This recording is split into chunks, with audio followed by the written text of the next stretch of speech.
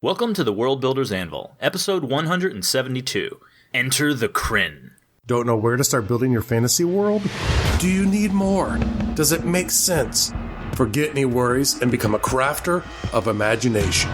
This is the place that will help prime your mind. Now, it's time to heat up the forge, break out the mithril ingots and hammer. Welcome to the World Builder's Anvil.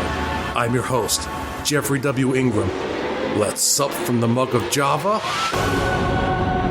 and build. Welcome back. As always, my name is Jeffrey W. Ingram. And as much as I would love to be called Jeffrey W. Ingram, I am Michael Miller.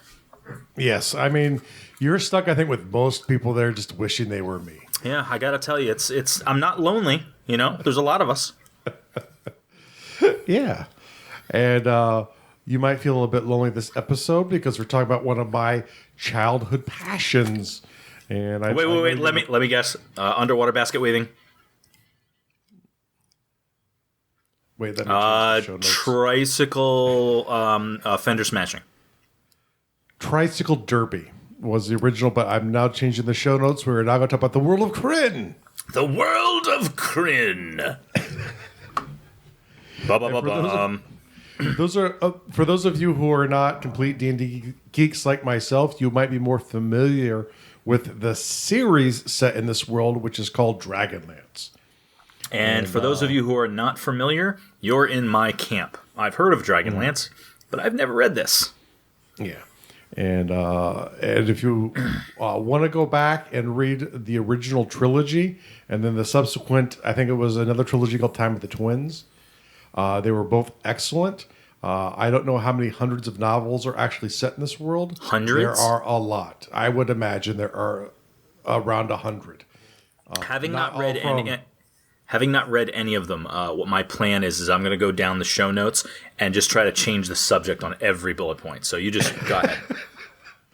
Well, we're not going to talk so much about the world. We're going to make it more difficult on you. Or the book. We're going to talk about the world specifically. Okay. So it's sort of the detail of the world. And it started off in sort of one continent. But before we get there, the two people who have to get the big kudos for this is Margaret Weiss and Tracy Chapman.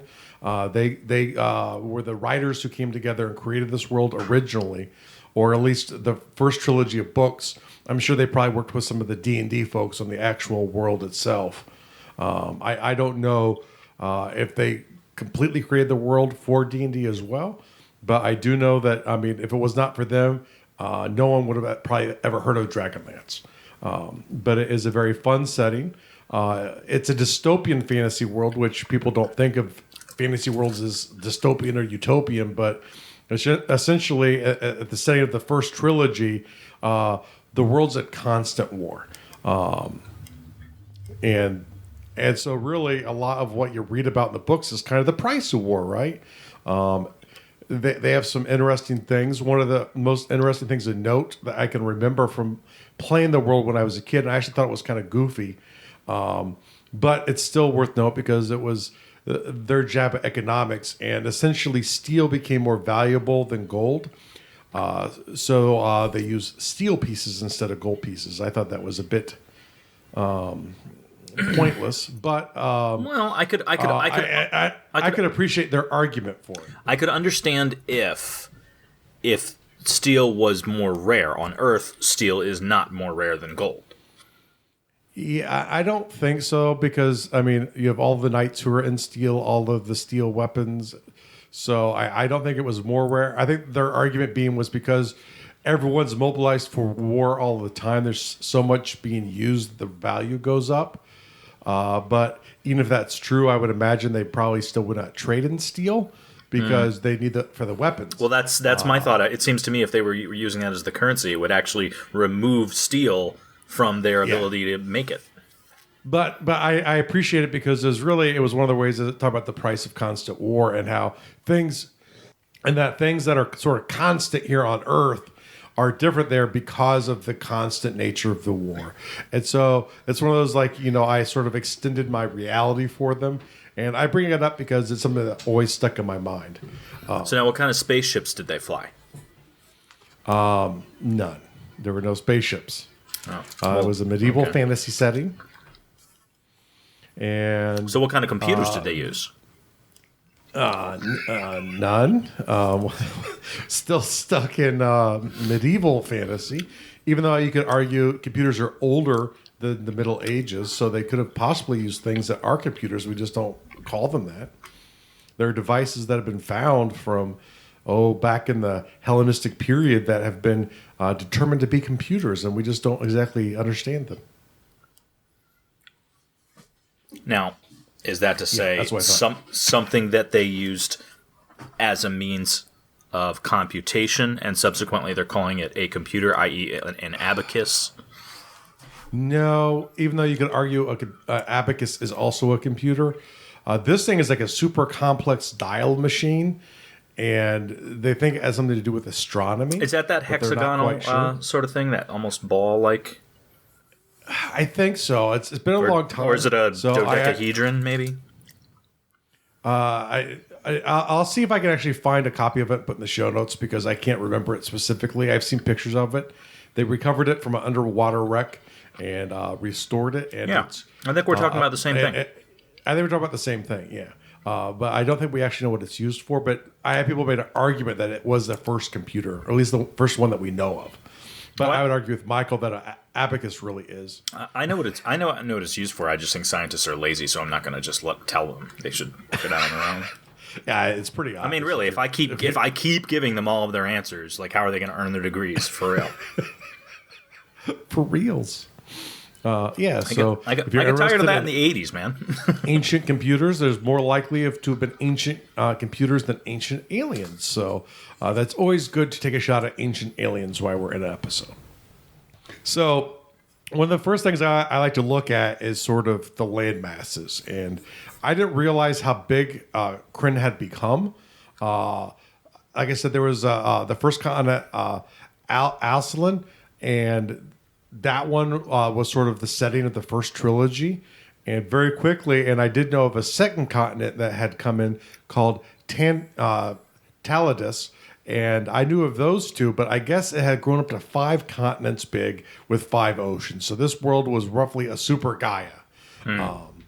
Massive world, but a lot of it was because more people would come up with more stories that they wanted to use because the setting was so popular for really, probably up until the movie came out. Oh, are you talking about the Jeremy Irons one? Yes. Yeah. Wow, what a colossal screw up that was. Yeah, the thing is, too, you have lots of brilliant stories, and you decide not to use them and go with a bad script. And you have an actor like Jeremy Irons, and you come out with a bad movie, that's your fault. Yeah. Not Michael, but the people who made it. Well, the thing that's funny is about... it wasn't until probably the late 2000s, early 2000s, even as late as the 90s, they were not going to comic books and comic book writers for scripts.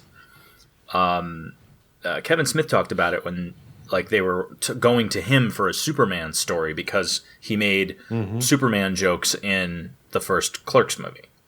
And they were like... Yeah. And they were, the whole conversation that they had in that movie. So one of the studios went to him to write a Superman movie, which he did write. Superman Lives, I think, which never came out. Whatever. Regardless, but what he said is why don't you go to the writers at DC or Marvel? Like, these guys write these amazing stories, and they're like, oh, Kevin, comic books. Those are comic book people. We're movie people. We need a movie writer. You've written a movie. You write one. So, and now, of course, a lot of our big media is being written by comic book writers. A lot of them are transitioning onto small screen and big screen writing jobs, and as it should be. But it's kind of funny that back then they're like, probably the same thing occurred. They're like, oh well, we've got studio writers. Why have them write a D&D? Let's have them write a D&D story. Even though there's tons of people who have written amazing D&D stories. Yeah. Well, I mean, heck, I've seen fanfic better than some of the movies that have come out about hardcore genre stuff. They could have probably got someone who wrote fanfic to put together a better script than for that movie. Yeah, no doubt. But then, moving back to Krynn, there is one thing that I vaguely remember, which always made me think of Game of Thrones, and it's this idea where there's a giant ice wall, but it's like on the south side, and then behind that, so it's totally different. Totally different, and it's and if you go south of it, there's like a whole new land where there's like these wild, crazy people who live. So completely different than Game of Thrones because it's on the south side. And they're wild, crazy people. They're not wildlings. So they're not wildlings. Yeah, I think the official name was Wild Crazy People. Yes, the wild crazy people live on the other side of the wall. Did anybody guard the wall? I believe there were like built-in fortresses to the ice wall to protect it from the people coming over. I believe they it was kept a focal watch point of some of the over stories. The wall. They watched under the wall. They watched under. They were under. They would sneak. They were very low, deep. They had holes in the ground. It wasn't a good plan. Yeah, but that's sort of a trope that is. I don't know if it comes from before this, but this is the earliest occurrence of the trope of the ice wall being used as a barrier between lands, and so that's always one that kind of stuck out in my mind. And then, of course, the other one, the big reason that I got attracted to it in the first place was dragons galore, and not only dragons galore, but this kind of brought beyond really just D&D the idea of good and evil dragons, and the metallic dragons being good and the other colored dragons being evil. And essentially, they were kind of behind all of the wars that were happening, or at least being used as effective weapons on both sides. A sort of needed thing that's part of the world, but really brought to the forefront the idea of good and evil dragons on opposing sides, sort of the yin and yang of the other races. So that's always been one of my favorites, and I forget the names, but I think there was a Tiamat-like god in there who was in charge of the evil dragons, and then there was a really bad ass dragon in charge of a gold dragon whose name I cannot remember, who was like sort of the god. So it was sort of like almost gods on Earth, and even though they were sort of D&D powered dragons. On the planet, there were these other ones just above that, which were, sort of the, amongst the gods at least. Did you say Tiamat? Tiamat. I think I've heard so that there's name one multi-headed before. dragon. That was one that became popular, I think, revitalized by Dungeons and Dragons before that. Yeah. It was, I believe, a Sumerian creature. It was in the old D&D cartoon. Tiamat was the villain that showed up all of the time. That's it. That's how I know. But sort of think of it as like a hydra-headed dragon. But if you cut off one head, you're really lucky because you should be dead at that point. But essentially, it's like each of the heads are the colors of evil dragons. And at least I believe that was the way it was worked in the Dragonlance. I was quite recently rewatching a D&D cartoon, so that's how I... So you had a recent visiting. But I think they pulled that out of... It had been kind of around in D&D since at least Advanced Dungeons and Dragons. And I believe it was actually in one... Maybe not the Monster Manual, but one of the things that shortly followed thereafter. Great stuff, the old school D&D there. Sort of bring back a tear to my eye. Then two of my all-time favorite characters come from this world. And for all you Tanis lovers, no, not Tanis. Tanis, yuck. Cameron, yuck. Those other characters, boring. But Raslin, Majir, who I've talked about before, when we talked about Excalibur magic as sort of this, at the beginning, a neutral mage. And this is the first time I also saw the idea where you had 3 mage guilds. And one was essentially evil, one was good. Oh, actually, it was one guild, but if you were evil, you had black robes. If you were neutral, you had red robes. And if you were good, I think they were white robes. And that would sort of identify your alignment, which I don't know why the evil guys would always wear the black robes. I would just switch to a white robe if I was evil, but they seem to do it. I'd wear stripes just to confuse them. Raslin had a very interesting storyline where he started off as neutral and then shifted to evil and then went on a spree where he was about to destroy the world. Great character. With the thing I remember the most about him, though, was he had hourglass pupils. And that's one of my favorite examples. Yeah. That's how they were shaped? Yeah, they were shaped like an hourglass. And I remember, too, because that's one of those ways, like they always talk about in fantasy fiction, but really in any kind of stories, when you can add in little details that stick in people's minds, the characters stick better. It helps the characters resonate in people's minds. For my game world, there was a half-elf based off of an old player character, also called Mike Miller, but not you, obviously. A guy I was in the service with had a character called Otto, which I turned into an NPC, and he forever became identified with black arrows. And he tortured a minigroup. And then my other favorite one is Tassel Hoff Burfoot. And your brain's probably going strict to halflings. And he is not a halfling. He is a race of Kinder. And we'll talk a bit more about Kinders in a second when we get into the interesting races. Kinders, because once again, this is a giant familiar. World. They were sort of the Dragonlance version of halflings. And this was the first time where I saw fantasy also sort of take something that people know and skew it. And, being a player in my world, that's a huge part of me is these, taking these common things that people know and twisting it so it's not what they expect when they run into it. And Tasselhoff was a great version of that. And along with him, there was another race called the Urdra. And let me describe the Urdra and tell me what you think they are if you haven't read the show notes, which you probably haven't. They were a tall, beautiful, the most beautiful race, greatly endowed with magic, and lived forever. What would you think those would be from the description? Tree folk? Elves, right? No, it's close. So, elves like trees. Your token elves are typically what come to mind when hang on now. This race. Are you talking token or Tolkien? Yes. and but the great thing was in this world, those were not elves; those were ogres. And over time, due to jealousy, they were tricked and they twisted and became what we know of as ogres. But they were really the sort of the classic high elf that people know from earlier fiction or earlier fantasy, being tall and beautiful and magic all over them. What did they get high on? But it was really the ogres. Something evil, high on themselves, but essentially their outer ugliness twisted to the exterior after being tricked by one of the world's gods. And another world where you don't want to screw with gods. But typically in fantasy or mythological settings, you don't want to be in that game. To be fair, is there a world where it's, a good idea to screw with gods?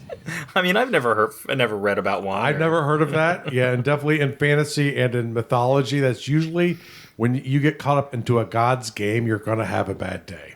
Then you have Kinder, and one of these two things I took for my halflings, which is the idea of skinny halflings. But the interesting thing with their halflings are they have no fear. And they fall into some of the traditional jobs of halflings. They make tremendous thieves, but the problem is, and it's not like they're full of courage. It's different. They have no fear. And that is not necessarily a good thing. Yeah, it's dangerous. But it's also one of the reasons why Tasselhoff, being sort of a trickster thief guy, appealed to me. And, once again, my two favorite characters from the book are my two favorite classes to play, thieves and mages. But, it's this utter lack of fear, and sometimes you need fear. Fear is the thing that helps you survive. So that's just one of those interesting things that, got pulled out of the world as well, too. And something else that influenced me heavily, and this was from the first expansion, they added in a Roman-like empire, which, of course, gets me to buy stuff pretty much immediately. And the really cool thing was on the cover of it was this Minotaur in sort of centurion Roman armor. And that idea stuck with me for a long time. And there's sort of a Vagarian Guard complement in my world for the Shiftarian Empire, which is based off of Rome and the Byzantine Empire, and essentially, and that I kind of brought that image in because it's a great image of this big, powerful Minotaur, and this Roman armor, which is kind of funny too. With like you figure like the little gladius sword, they could probably use a full pointy broadsword, with their size and strength. The Draconians were the other inventive race of the world, and essentially they were all half dragons, and they were sort of I believe they were only bred off the evil dragons, but I could be wrong. But it's sort of a humanoid creature that has some dragon-like connections, sort of a lineage to dragons. Kind of think of like Skyrim, but you look like a lizard. You have your little powers built in because of the type of Draconian you are, and obviously the name kind of tells you that they're not a good race. What, Draconian? Do you think that sounds evil? Yeah, they were a bit Draconian. I think it just sounds cool. Yeah, but I do like the villains. But you definitely do use it when. Yes, you do. You do use that though when you're sitting around doing bad things. So you wouldn't use that on a good race. That's pretty cool. You'd use a different name. And they have a lot of the traditional races like dwarfs and elves and goblins as well too. But really, those four were the ones I thought that made this world really kind of come alive. Now, where did it come alive? And we'll go back to the two big things of fiction. And actually, to be honest, before I go there, this is kind of what started me world building. Was at the time, I don't know how old I was, probably around 14, I think, and I've been playing D&D for a while, and so we got these things and we ran out of money because I if you were younger like me and you were old enough to work, you and your friends would kind of pool money together to get modules, and then the problem would be you'd run out of modules. But you wanted to keep playing, and at this age we were starting to play a lot of D&D. So essentially, what I would start doing was I would build a new city, a new order of knights, which were very big in the books as well too, and I would start building in my own elements. And then after a while, I just kind of discarded the world, and I'm like, you know what? Let me start a world from scratch. And it was really Dragonlance specifically that forced me to stop building due to its timing coming out. Me and my friends loving to play D&D there, and me running out of money to buy modules. Now, if you get a chance, like I said, there are probably 100 novels set in Krynn, but there's a trilogy called The War of the Lance and The Time of the Twins. And I'll put links to them in the show notes if you're interested.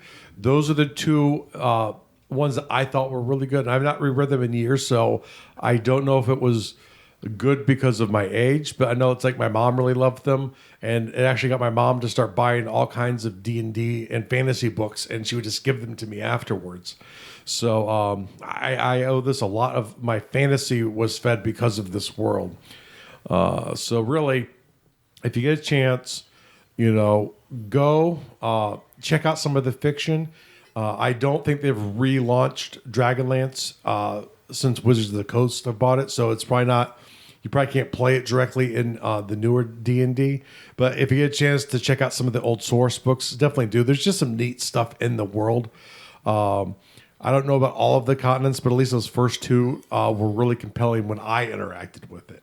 And you know what? And if you could make a movie about this, I would be grateful. So it really deserves to be a good movie for this. So go do that. Looking at the world building task of the day, look to the world that you've started making. If you're here listening to the show, you're probably a world builder, or you're thinking about taking that plunge into world building. Think about your world or the world that is starting to show up in your mind, and then think back to some of those key things that that really did inspire you to start world building. And it might not have been from Dungeons and Dragons or gaming. It could have been from books, because books have also influenced me. And I like talking about the things that have influenced my approach to world building. And these did at a very early age. So I'm very grateful for the world of Krynn. No matter how many of the books weren't good. But the first couple of trilogies were really good. The world was inspiring. So really think back to the things that have inspired your world. And they are there. If you can't think of them, it's just been too long since you tried. But be grateful for them. How old do you think you were when you read your first one of these books? I think roughly. Was around 14, I think. And speaking of Wizards of the Coast, the thing that I find, I don't know, the word interesting is just not quite appropriate. Just that it's funny how you can be inspired by something, even like you said, even the books that weren't that good. Not too long ago, I was reading something that was talking about the different books that they have released, because when they release a set for Magic the Gathering, they release a novel with it. And the novel, and it's interesting, I don't know if they write the novel first and then make the card set with the characters from the novel, or if they create the set and then write a novel with... I don't know what's first, the chicken or the egg. I'm sure it's something I can look up. But regardless, there was a set that I had never read these books, and then it was like, I don't know, about 10, 15 years ago, probably about 10 years ago, that I read my first... Magic book that went along with the set that had been released, and I really enjoyed it. Like, I thought it was really good. It was a fun story. I really liked the characters, and then I find out later that it was one of the most universally panned series that Magic had ever released. Like, they were like, that series was the worst, and I was like, I didn't have a basis. I didn't have a basis of comparison except other fantasy that I had read, and I liked it. So I was like, I don't know why everyone poops on that book, because I thought it was good. Like, I really enjoyed the whole trilogy. Well, I think sometimes, it's maybe the expectation of what people have for stuff. I don't know. My point about it is that if you, no matter where you get your inspiration, even if other people don't like it, the only person who has to like the fiction and the stuff that you're consuming is you. So yeah, and that really goes to your whole life. If you find the person that you're with to be attractive, it doesn't matter what other people say. And sometimes they just say bad things to hurt you anyway, because that's what people try and do. So, but the thing is, I do really like to think a lot about inspiration. I use inspiration not just from fiction, but from the real world, and the way, sort of the patterns I see things happening in the real world to world build. And I truly am grateful for all of them. So, moving on to the real world task, you should always be looking for more inspiration. And so what you need to do is go to facebook.com/groups/Undercroft. Join our Facebook group, or just if you're in Facebook, search for Undercroft. It's the Fantasy World Builders Undercroft. We've had a lot more people joining. It's a growing community, but the people we have there are some truly inspirational people. We just had old school GM who's big into map making come in. We have a younger person who does Photoshop map making. It's very interesting to see the people coming together. And boy, I mean, usually there are 2 or 3 things a day that get posted at least that could be very inspirational. And I don't know who I have to do the shout out to. It might have been James, who came up with the haiku, playing off of my line. I'm a fiction writer. I lie, and that was an unprompted call, and that earned him some XP. So you can get some free XP to build characters up in your novels. Not that helps. Every little bit helps, Jeff. Yeah, every little bit helps. That's true. All right. There will also be some links to some resources if you're interested to learning more about the world. Some of the things I went to, because they've been so long, I unfortunately do not have the source books anymore. But I just we're going to leave this episode a little different this time. We'll do a little quote from wrestling to head us home, and here it is. Hope is the denial of reality. It is a carrot dangled before the draft horse to keep him plodding along in a vain attempt to reach it. Yay! Okay, now, so happy note there to leave you on. So we will see you guys next time.